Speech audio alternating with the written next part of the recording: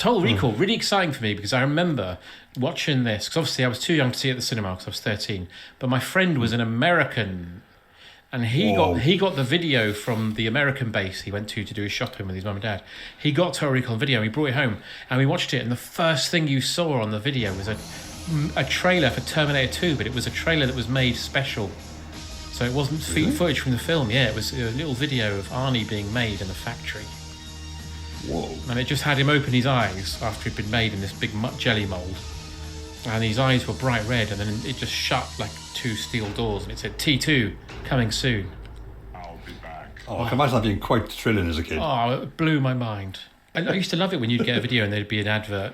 It would be a promotion to do with the film, but it would be someone really shit from telly. Like I remember getting License to Kill on video, and it started off with a picture of some explosions from License to Kill, and then it cut out to Chris Tarrant watching it in a chair in KFC, and he went, if you were anything like me, you'd probably like James Bond films, but you probably also like KFC.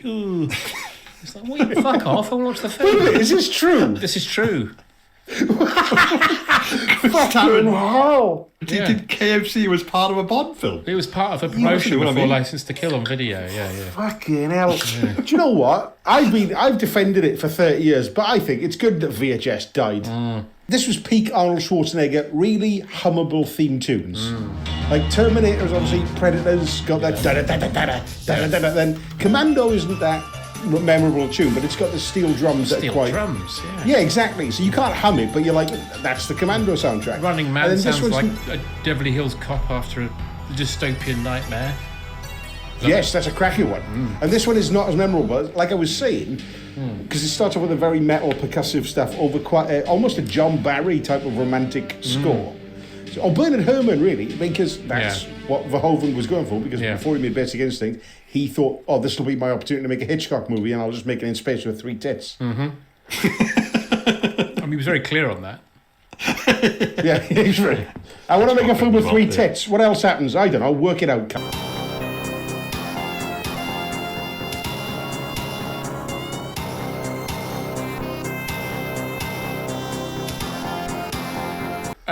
Yes. So 3 tits, very, very important.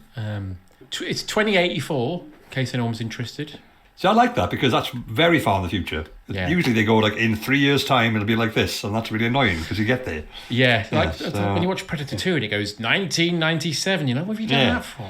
Even though this is set in 2084, it does just look like an apartment from 1991 with a big TV. Yeah, there's some lovely little sci-fi touches in this, but like also loads and loads of computers from the 80s. So Yeah, you can't have a big X-ray screen whilst also using a Commodore. I don't think it would support it. Anyway, Arnold Schwarzenegger, who is called Douglas Quaid, and Melina are walking along holding hands on Mars, and he slips and falls. And we get some great Arnie.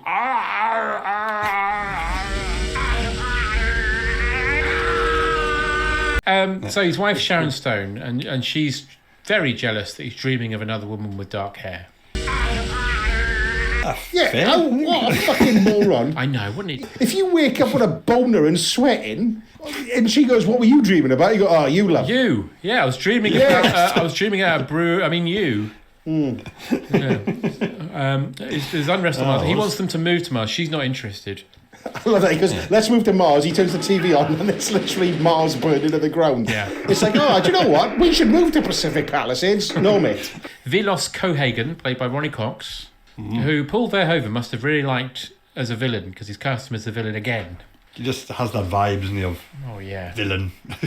There's rumours about alien artefacts. He denies that, and he says that there's a leader of the resistance movement called Quato, but no one knows what he looks like. And then Doug goes to his missus. You know what? I've always felt like I was meant for something bigger and better. She goes, "You are. You're quite big, but also you are meant for something special. You're my the husband that I love." And he goes, "Yeah, well, not good enough, is it?" On the subway, we get an advert for Recall, which is a place you can go to, hosted by a man who looks a bit like a frog. Where he's like, "You want to go to the moon, but you can't afford it. You want to pretty much that 3 times. Climb a mountain, but you've got too many bills, a hill of bills. Do you want to go Just riffing an underwater? advert. Yeah. Do you want to go underwater, but you're drowning in debt? See, I probably got that one right. Well, how about a holiday where we implant the memory of the holiday in your brain? Now, we should say at this point, this is all adapted from a Philip K. Dick Yes, joint. it was all about the messing with perception, that guy. He loved it. People claim to remember past lives. I claim to remember a different, very different present life. I know of no one who has ever made this claim before, but I rather suspect that my experience is not unique. What perhaps is unique is the fact that I'm willing to talk about it. So he sees an ad for recall and he thinks, you know what? He goes to Verk and we see Harry. And then he says, have you heard about recall? And he goes, oh yeah, recall. He goes, I know someone who went there and he got lobotomized. Don't do it, Quaid. And he goes, oh, okay. And then Harry keeps a little stink eye on him, doesn't he? Like, Now, that's something I was going to talk about later, but I might as well mention it now. Harry's giving him the stink eye here, and he hasn't got a recall yet. I want to bring this up. Part of the idea of this is we don't know whether or not, or we're not supposed to know whether or not it's actually a dream.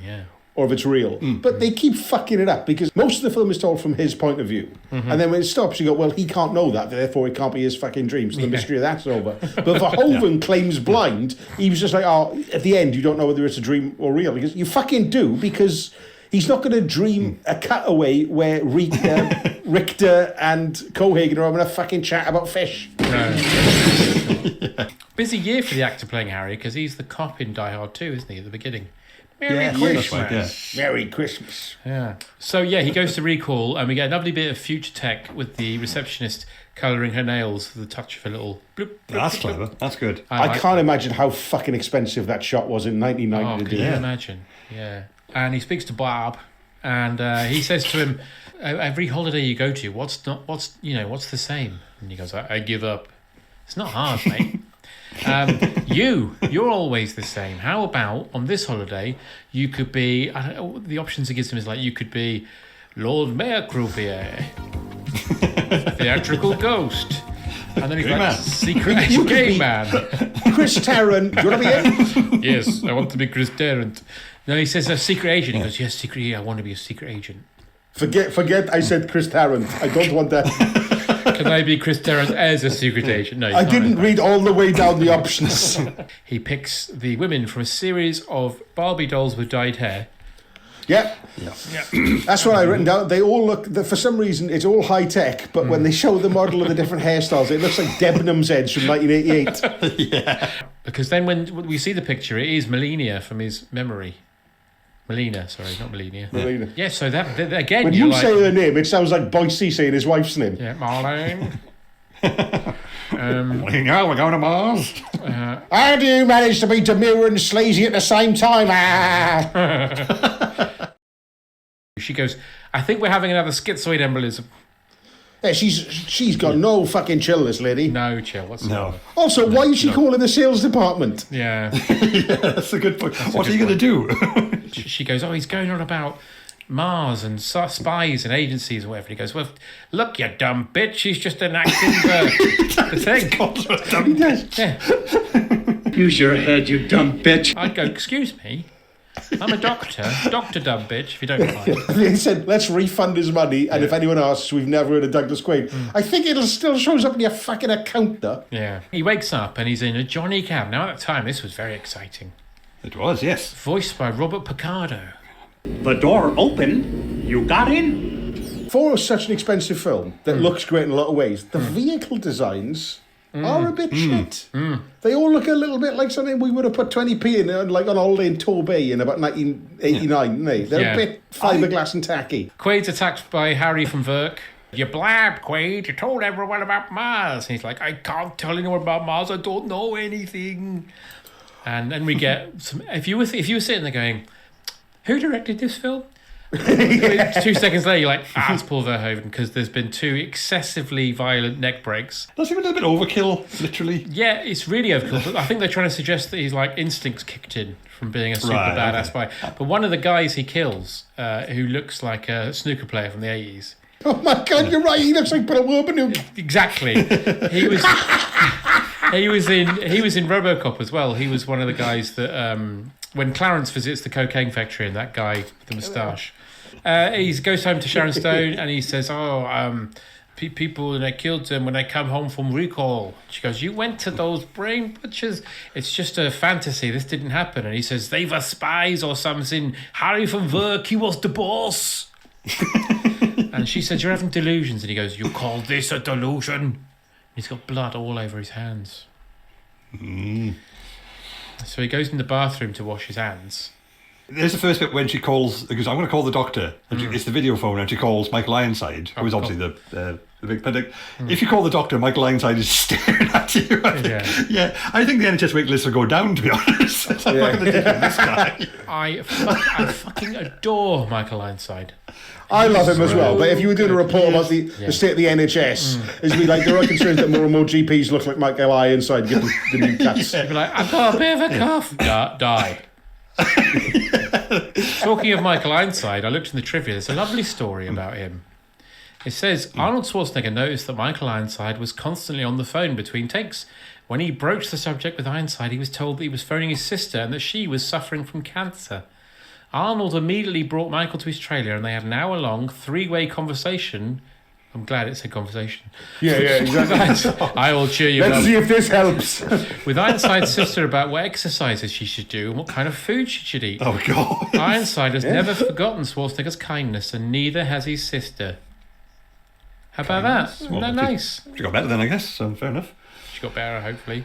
My daughter has been on film since she was 4 and 5 years old. You cannot impress her. I mean, Arnold Schwarzenegger sits in her seat. She says, that's my seat, Arnold, he's a great guy. He's wonderful.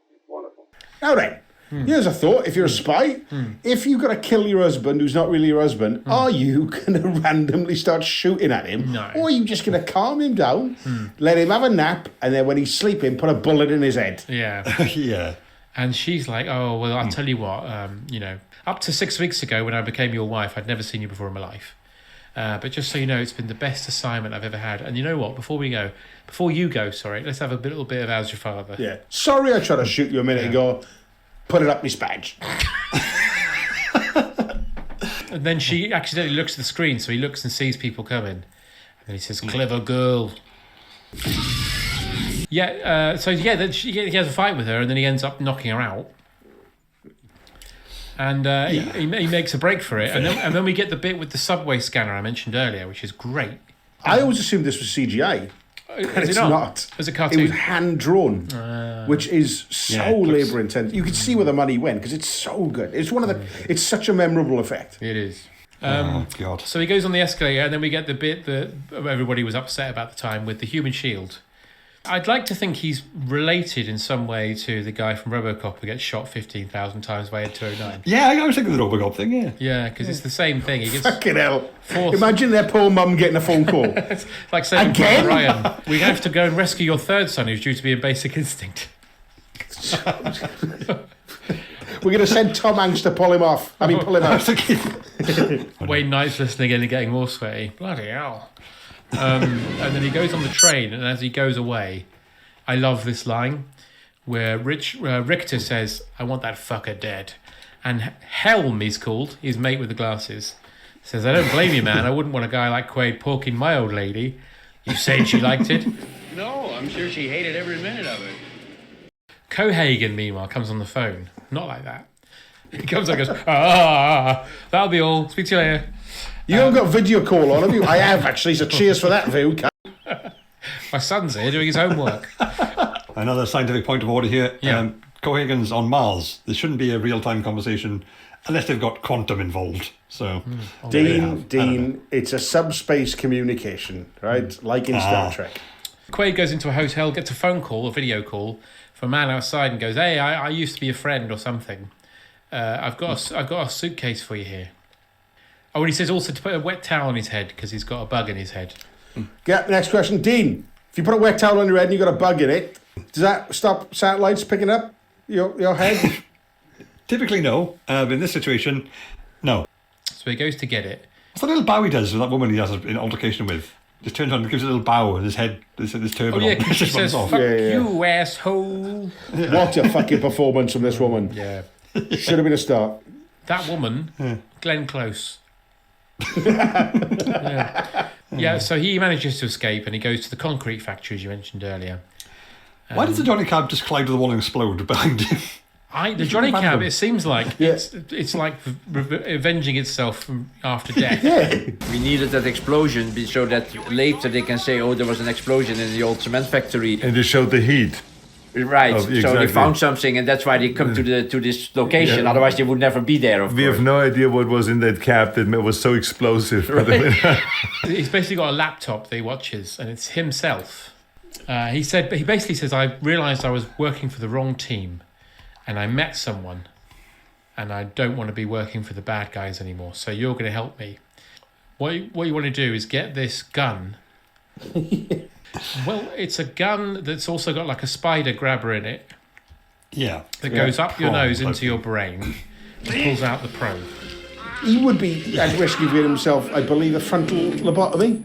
I keep forgetting about this. Because, right, there's a suitcase with everything you need. It's got Martian cash, a gun, a probe remover, and a Yorkie.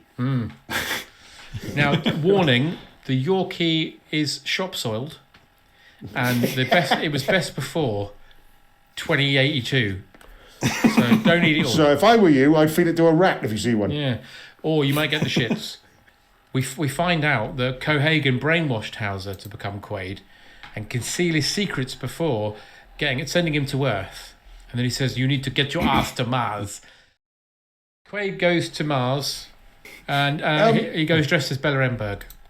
I don't understand the mechanisms of this sequence.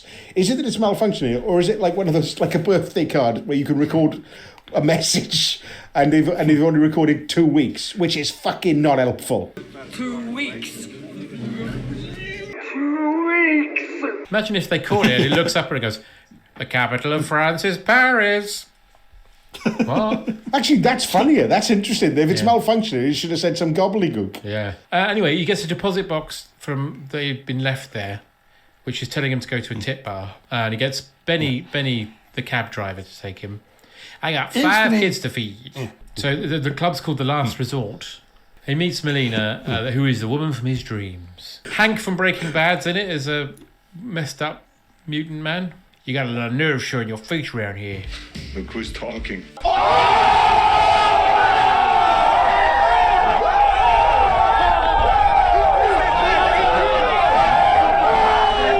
And also, Doug Quaid, who has been like, what's it called? A fish out of water this whole time. He turns around, quipping fucking Bogart. Also says to Hank from Breaking Bad, relax, you'll live longer. I was like, hang on.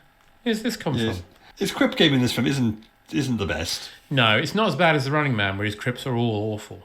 And constant. How about the light? I'll be back. I don't do requests. Here is Sub-Zero. Now, Plane Zero. Lighthead. Hey, Christmas tree. What happened to Baza? He had to split. We meet the lady with 3 bosoms. I don't think they're real. Right. Just put that out there. Also, I've seen this woman in other things. Have you? And it wasn't bizarre. Yeah. She's a very specific kind of mutant. Can happen. I was like, I've lost half my face and it's bright red. Oh, my knob's fallen off. I've got 3 tits.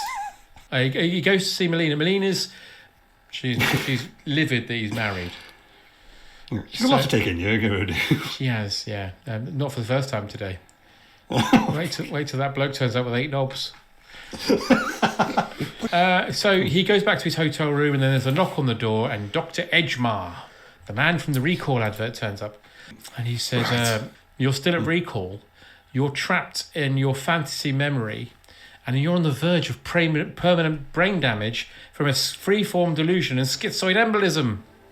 Dean. This does sound like you're describing Wernicke-Korsakoff syndrome, whereby your memory becomes disrupted and therefore you just created ad hoc based on what's around you. So this is a thing. This actually can happen. So it is consistent with the previous narrative. So what's the condition called? Yeah. Wernicke-Korsakoff's syndrome. So how does that manifest? Well, basically, it's like you talk to someone and you ask them, "How was your day?" He goes, "Oh, it was good. What do you do for a living?" And they'll say, oh, I'm a computer repairman, and like I work with but they're not. They're actually just looking at your laptop in front of you. They say, oh, I can see a computer, therefore I'm gonna. Oh, that's the thing that enters your memory, and your memory goes, okay, let's just use that. And what did we today then? Oh, I went took my dog for a walk. They see your dog. They haven't got a dog. They've never had a dog. They see your dog. Oh, so they're not for a walk. they're not a pathological liar. They genuinely believe. No. They genuinely believe this. They're like it's happening in their memory in real time. They think it's the truth, and it's because they don't have access to their actual memories. They just create it from whole cloth. Well, he says, I've also got your wife here. So it's a bit like This Is Your Life, but with Total Recall. Do you recognise this voice? Doug, wake up, you lazy fuck. That's right, it's your wife. She comes in and says, Doug, honey, we're all back at Recall. We need you to wake up. And then Dr. Edgemar says to him, take this pill. And then he looks and Dr. Edgemar is sweating. Oh, so he just blows his head off. Great shot, he shoots him in the face. Is the premise that Cohagen has hired Dr. Edgemar, who's an actor from an advert? Yeah. Imagine that fucking booking coming in. It's like, right, okay, we've had a booking come in, love, and it's on Mars, you know, man travelling, yeah, brilliant. Okay, now then, basically, is it an advert? It's not an advert, it's sort of a role play sort of situation. It's 500 a day, so I'm not turning that fucking thing down. You haven't worked in weeks, love. But there's one small thing, you might get shot in the fucking head. What's that? You might get shot in the fucking head. I pretend I didn't hear that.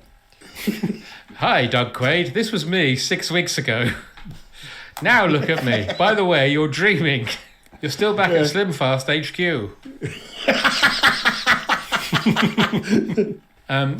She beats him up, kicks him in the nuts again, and they drag him outside. The lift door opens, and there's Melina. They have a lady fight, which is very exciting. That's a good fight. It's a great. really A lot good of spinning fight. kicks. That was like a very sort of signature lady fight thing back then, isn't it? I don't like Melina's boots though. They're annoying. She looks like she's from Robin Hood's gang. She eventually gets bested by Sharon Stone, who's about to stab her, and then Doug wakes up and shoots the knife out of her hand, and he blows her head off and says, "Consider that a divorce." Fair play. Nice. Fairly conclusive. Quaid and Melina have gone into the club again in Venusville, and they've been hidden by the Resistance, and Benny's gone with them. Richter says, we've got them, they're in this club, and Cohagen goes, great, don't worry about it, leave them there. And they turn off the air. So the mutants lead them all into a hidden base. Turns out that George has got a little brother growing on him who is called Quato. Now, I wanted to be at the naming ceremony where they were like, we'll call him George, and they looked at him and went, Quato? That's a good point, actually. Yeah. To be fair, you can't have that horrible monster emerge through and go, please welcome, Phil. He does look like Les Dawson, though. I'd have called him Les. He goes with his little hands. Like, have you seen my brother George? He's a stuntman from Songs of Praise. He goes, now me and Rusty Lee are going to make a pie. Yeah, so Quato touches Quaid's hands and sees his memory. Pull my finger. Yeah. There's an alien reactor that's giving out loads of blank. Dozy old Dawson woke up this morning. So there's a 500,000-year-old alien reactor that's inside one of the mountains, which someone on the train mentions earlier. And apparently it's rumoured to produce breathable air, but it could ruin all the precious materials that they're mining. Tibiriman, or whatever it's called. Yeah, whatever it's called. And Cohagen don't want that because he's making all his money. He says later on that he's the most powerful man in the galaxy. Yeah, but he says the reason he's the most powerful man in the galaxy because he controls the tritanium or whatever the hell it's called. Yeah. Really, the oxygen thing is a side industry that he'd be like, well, I guess we're going to have to diversify into the most valuable substance that I'm already going to toehold in business-wise. Also, it probably doesn't make much sense to choke your employees to death. No, and also tourism on Mars would go up 500,000% because it's now got breathable air. This guy's fucking thick. This stupid fucker. Well, we have been shown many times that someone who's rich and successful isn't necessarily an intelligent person. Well, that's a lesson for the modern era, I think. No, you're thinking, yeah. Billy Butlins Yeah. So they're classic tale of Billy hubris. Batman's going, right, I've had enough of all these complaints. Turn off the fucking air. To the chalets. I want you to turn off the air in the Olympic-sized swimming pool. If you lot don't fucking improve, you're not getting Phil Cool tonight. I'll tell you that right now. Oh my God, Phil Cool. He won't do his impression of a bee in his mouth, you I'll tell you what, no one's thought about Phil Cool in a long time, including Phil Cool, so it's good that you mentioned him. Well, he's got the same agent as the bloke who sent that poor cunt to Mars to get shot in the face. Lucky it wasn't him. He was going for the gig. Turn up with Roland Harris. I've got you down to last two on getting shot in face in hotel in Mars. What do you think? It's either that or Bournemouth. I'll go to Mars, cheers. So, mid-dream, they're invaded by Cohagen's men, and George has to run out of the room with his Quato hanging out. He was like trying to tuck his shirt back in, but this little baby's hanging out of his shirt going, oh, as he's running. He must be like all day long sitting inside George's shirt going, I can't fucking breathe in here. When he actually takes when he gets his Quato out, his face is all like, yeah. What's Well, happening? he's been under the podcast shirt. He goes, every Christmas I buy you Lynx fucking Africa and you don't fucking take the hint. Right? Wash your bitch, you dirty bitch. I mean, George, the big guy, his face is all like, Actually, to be fair, he does look like he goes, do you want to meet him? And he just turns away and starts going, He goes, who am I fucking meeting? Jesus Christ. Yeah, Imagine if he turns around, he's just got his cock in his hand with a little face drawn on it. This is Quato. Right. Benny, though, turns out Benny's a baddie. He runs off with everybody and then shoots down old George. Quato's lying there and goes, Quaid, turn the reactor on. turn the reactor on. Turn immersion off. Richter puts a bullet right in Quato's head. Yeah, very brutal effects on this bit. They're like, horrible. Jesus Christ. They're brought before Cohagen, and he says that Hauser was his best mate, and then shows him a video. And Hauser goes, if things have gone to plan, then I don't know why he sounded like Dracula then. If things have gone to plan, I am now Count Dracula. No, he says if everything's gone to plan, Quato's dead and the resistance has gone. He said it was an elaborate ruse to bypass the mutant's psychic abilities to get inside the rebellion and destroy it. It's quite elaborate, isn't it? I mean, a lot of things could have gone wrong here. I was going to say it is because I noticed in the IMDb goofs, which I always look in, someone pointed out that Benny managed to infiltrate the resistance, no problem. He was a bad guy, so. But he didn't hold his hands. That's true. Yeah. Yeah, so Cohagen says that Hauser's memories are going to be restored and that Melina's going to be reprogrammed to be a subservient. Richter says to him, is he going to remember any of this? And then he punches him in the face. Yeah. That's still going to hurt later. Even if it had worked, he comes back good. Okay, first of all, you go to a party tonight. Second of all, I'm going to need to ice your face. Yeah. Why? No reason. But Quaid manages to escape by some more ultra violence. And then this is when Cohagen just takes out his fish, doesn't he? Yeah, he kicks his fish tank over. And the warning at the end, the thing at the end says no animals are harmed, and I'm thinking bollocks. Well, I was looking at it. They got quick close-up shots of the fish gasping, and they could have just come to think of it. This was shot in Mexico. Yeah, which famously they shot the scenes at the end of Butch Cassidy and the Sundance Kid because they wanted to do a thing where a horse gets shot. Yeah. Do you know this story? And what they would do was tying ropes to the horse's legs, pulling them down so that they fell over, which was illegal in America at the time. But in Mexico, they were like, just go for it. Benny attacks them in a giant drill. Quaid drills him back with the great line of, "Hey, Benny, screw you!" not one of his best. So then him and Richter have a fight on the lift, and this is when you get the bit where you're like, hang on, I'm sorry, I've forgotten who's directed this again. And you're like, he's ripped two of his arms off and thrown the stubs down to him and said, "See you at the party, Richter." I'd like to think that Richter became one of those men that could paint with his feet. It's a beautiful picture of a tiger done with my feet. Maybe, but he probably died in a huge fall. Cohagen finds them they find the reactor control room, which is a giant room with a circle in the middle with an alien handprint.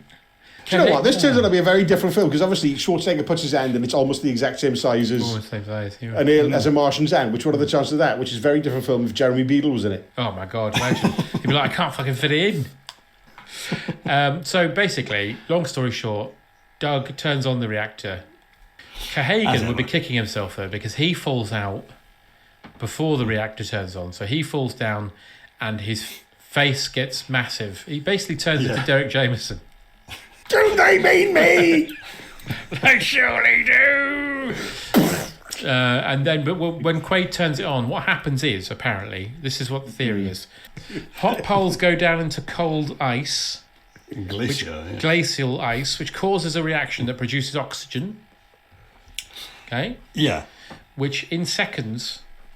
Yeah. That's the part I've got note of. That's quite a gamble to assume it would happen within a minute rather than usual terraforming processes, which in theory take like centuries. Yeah. So, and it does feel like Doug has at this point just gone, I don't care anymore. Because he seems to let go, like, And him and Melina, what I love about this is him and Melina begin to have bulgy eyes, tongues, and fat heads. But once the oxygen turns on, it goes later back on. to She's normal. like, "So your eyes are better? Have you still got the fat tongue?" Is that handy? Because famously, when you've burnt your head, if the temperature goes down, your head just goes back to normal. It's like, Mars has got blue skies, and there's oxygen. Yeah, and a really big sun all of a sudden. Yeah, and Melina goes, you know what? This feels like it could be a dream. He says, kiss me before we wake up. So she does. And that's the end of Total Recall. Blinding. What a great film.